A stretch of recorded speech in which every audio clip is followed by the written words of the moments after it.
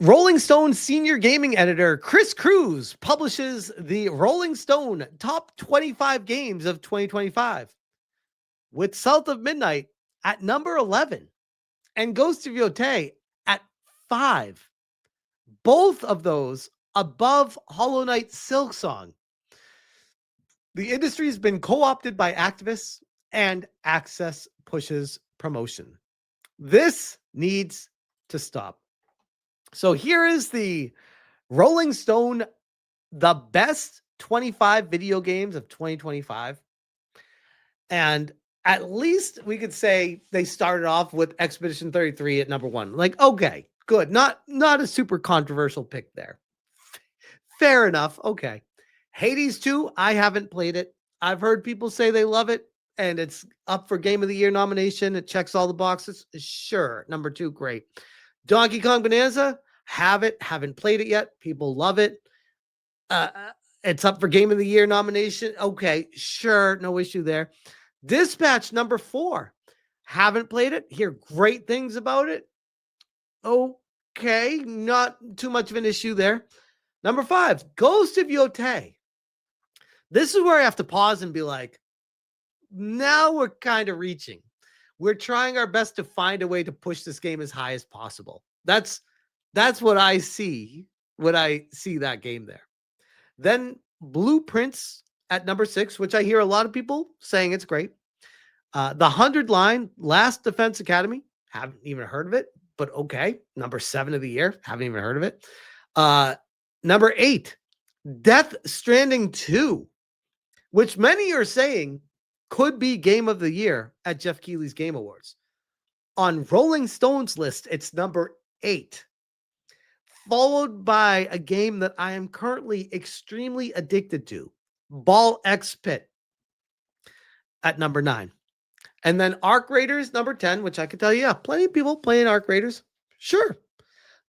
We got South of Midnight at number 11.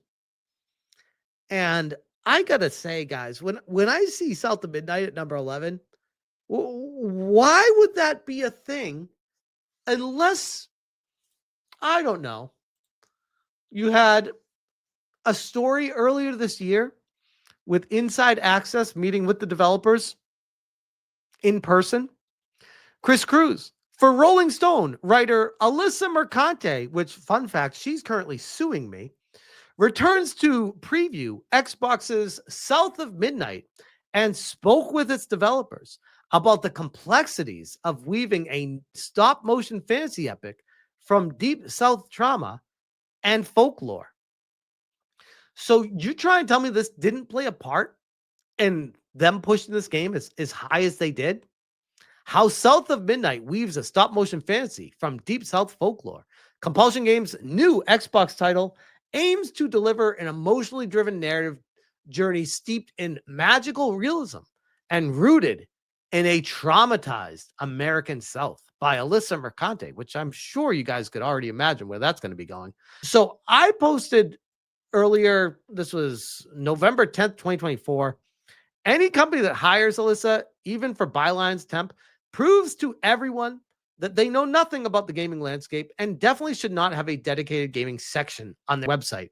Get the fuck out of our industry. You are not wanted here. Screen cap by Alyssa. Doesn't it seem like they want to chase people they don't like out of the industry? And quote tweeting the Cartel Dell, because he's part of the cult himself. And quote tweeted by Chris Cruz, the guy that wrote the top 25 games for Rolling Stone. This is the lead editor at Rolling Stone. And I believe had a major part in hiring Alyssa for the gig there, or at least for doing the bylines. Laugh my ass off. This dude doesn't have an industry. He doesn't make games. He's not a reporter, and he doesn't have any access.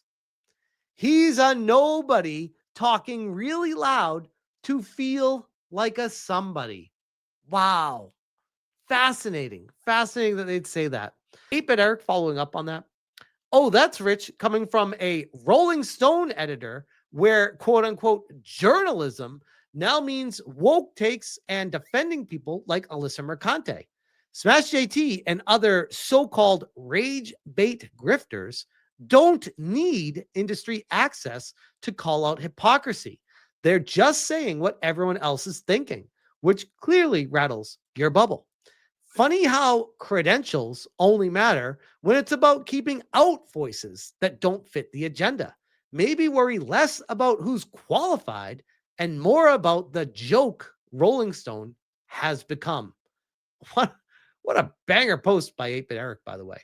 I think it's funny because we're going back to this post from this guy, this Chris Cruz guy, and this sharing Alyssa's article for South of Midnight. The reason why I wanted to highlight this point specifically is because it goes to show how important industry access is for these outlets, especially a dying brand like Rolling Stone, which God only knows how they even have a gaming section on their website in the first place. Never mind how they're even still existing now. But we have Rolling Stone with gaming going to in person meet with the developers of South of Midnight and then have one of their writers, Alyssa Mercante, write an article as a puff piece pushing it forward. And wouldn't you know, fast forward to the end of the year, there it is, above Hollow Knight Silksong. Makes you wonder, what if Alyssa did a story on Hollow Knight Silksong and not South of Midnight? Would that maybe have changed the perception of where the game goes? Maybe, crazy thought here, maybe it has nothing to do with if the game's good or not. Maybe they're using this as a way to push an agenda, which is exactly what Gamergate started with in the first place. It's where it came out of. The industry access, the untrustworthiness and the lies of journalists or the exchanges for access to be able to give good, positive reviews. Here we have it again. South of Midnight, number 11, which maybe you did really love that game. I don't know. I personally did, full disclosure, I did not play South of Midnight, but I did watch a vast majority of the playthrough with Hypnotic playing it. Also saw Vera Dark playing it. And both of them surmised exactly my thoughts while I was watching it. This game looks very average. It doesn't look terrible. It doesn't play terrible. It just seems like a very go here, go to point A, go to point B, do this, go over here, do that. And it's very remedial, a very streamlined game. Like, and fairly short in the grand scheme of things. How that gets to be number 11 overall will forever blow my mind. But then to follow it up with Hollow Knight Silksong, which to me, one of the best games, not just that I played this year, but that I've ever played. It was incredible. I just have a really hard time believing that. And then, if you can even get past that, we got Mario Kart World, which I got to be honest. Okay, this is all opinions, by the way, which is what they get away with because they can use it as, it's just my opinion, brah. You're not allowed to criticize it because it's an opinion. It's like, no, fuck you. You're using your access to push these things higher and then hide behind it's your opinion. I'm calling bullshit. That's not what's happening here. Because I would look at this and say, Mario Kart World is fine. It's not breaking any new ground, doesn't do anything crazy. I would argue I had far more fun playing Sonic Cross Worlds with the Saturday Night Hypnosis crew than when I played Mario Kart World with Geeks and Gamers. Both very fun. I had more fun with the Sonic game. I don't even see the Sonic game on this list. Speaking of games I don't see on this list, I don't see Kingdom Come Deliverance 2 on this list, which people who have played that are saying it's a great game, incredible experience. It's one of the nominees for Game of the Year at Jeff Keighley's Game Awards. Doesn't even make the top 25 of Rolling Stone's top 25 games. That's wild to me.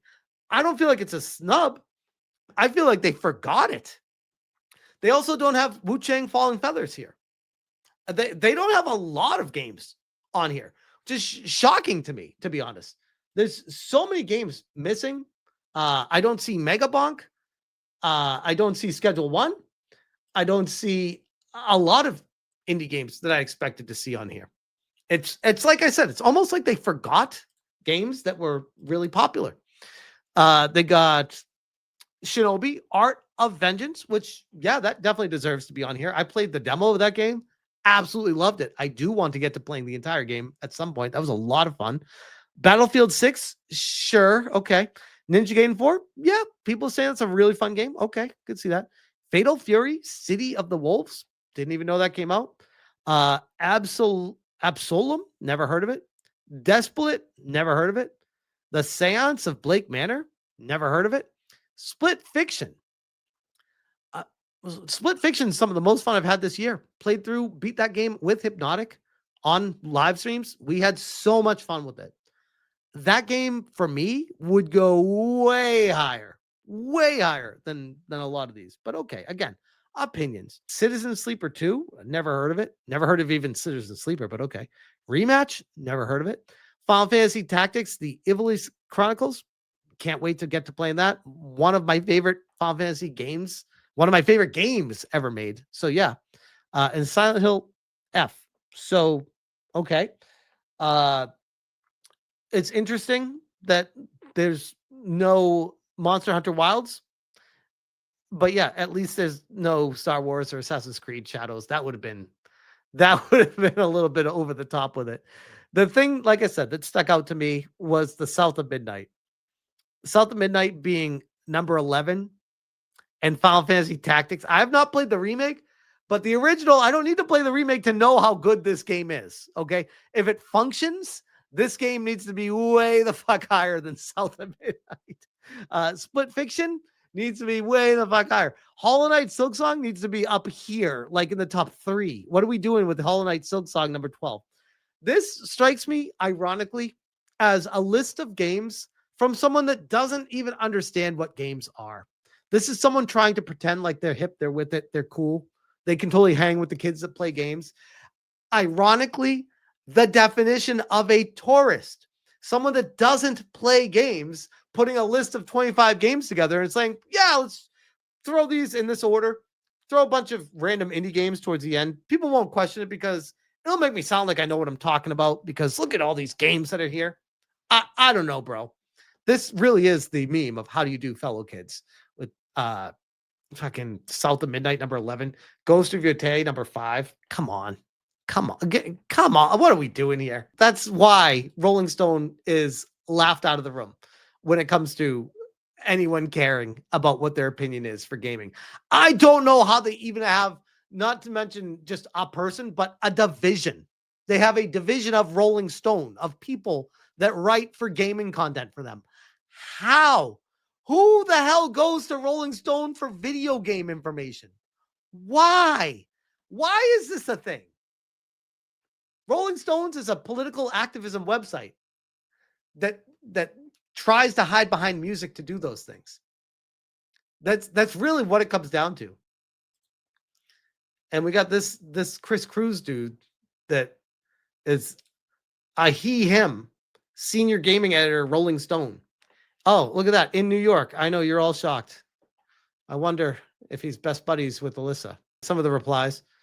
Your list is utterly ridiculous. Kingdom Come Deliverance 2 is not even on the list. Battlefield, along with many other generic games, is ranked. Really? Classic. And yeah, this Chris Cruz guy, yeah, he has me blocked. For what? What I said about Alyssa. After that, he went, oh, slay my queen. I will protect you. You're amazing. I will block that evil person that you're suing. All right, Chris. Have fun with Rolling Stone, bro. Good luck with that. I'll leave that there.